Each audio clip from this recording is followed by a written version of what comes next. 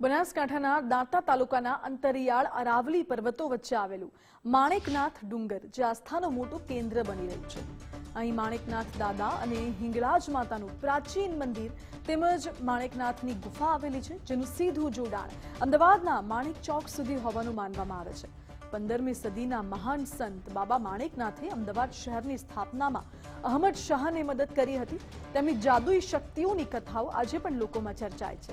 દાંતા શહેરથી 35 કિલોમીટર દૂર આવેલા આ ડુંગર પર ચઢવું તો ખૂબ મુશ્કેલ છે, પરંતુ ભક્તોની ભક્તિ અડચણો આંબી જાય છે।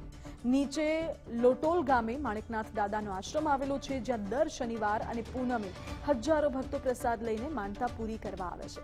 તાજેતરમાં જ ગઢ મહુડીના રબારી યુવકે અગ્નિવીરની પરીક્ષામાં 2 વાર નાપાસ થયા બાદ ત્રીજી વખત પાસ થયો અને ટ્રેનિંગ પૂર્ણ કરીને સૌથી પહેલા માણેકનાથ દાદાના દર્શને આવ્યો।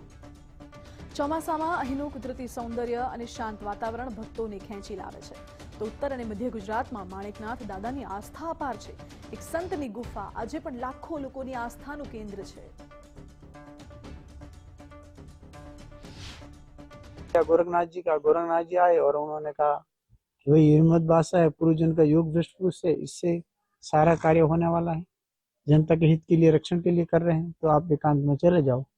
फिर यह माणकनाथ का डूंगर है, तो यहाँ ऐसे बोलते हैं कि एक पूर्वजन में पहला एक राजा था, दिगम राजा दीपा रानी और तरसन नगरी के नाम से जाना जाता था।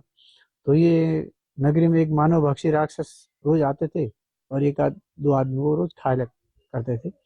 फिर माणकनाथ जी वहां से अहमदाबाद माणक चौक से बोले कि बादशाह को बोला कि झाड़ी लाओ, मैं झाड़ी के अंदर प्रवेश करता हूँ और यहाँ ये सब मेरी समाधि तरीके रखना।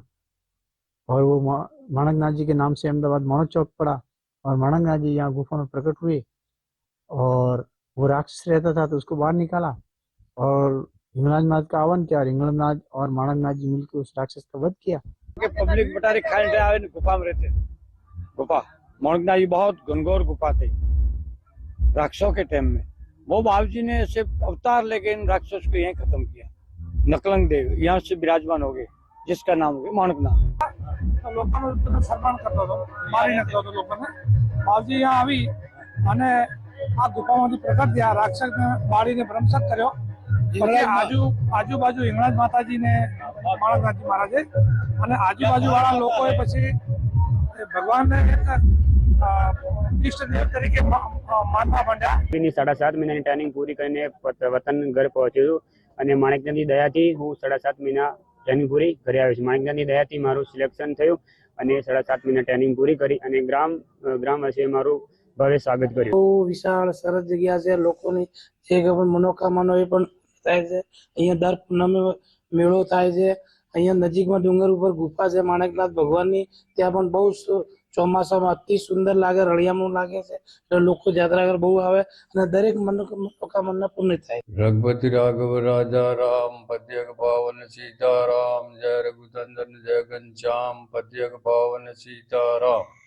भीड़ पड़ी जब भगत पुकारे, दूर करो प्रभु दुख हमारे, दशरथ के घर जल में राम पद्यक पावन सीताराम। विश्वामित्र मुनीश्वर आए, दशरथ भूप से वचन सुनाए, संग में भेजो लक्ष्मण राम पद्यक पावन सीताराम। वन में जाए ताड़का मारे, चरण सुहाय अहिल्या तारी, ऋषियों के दुख हरते राम पद्यक पावन सीताराम।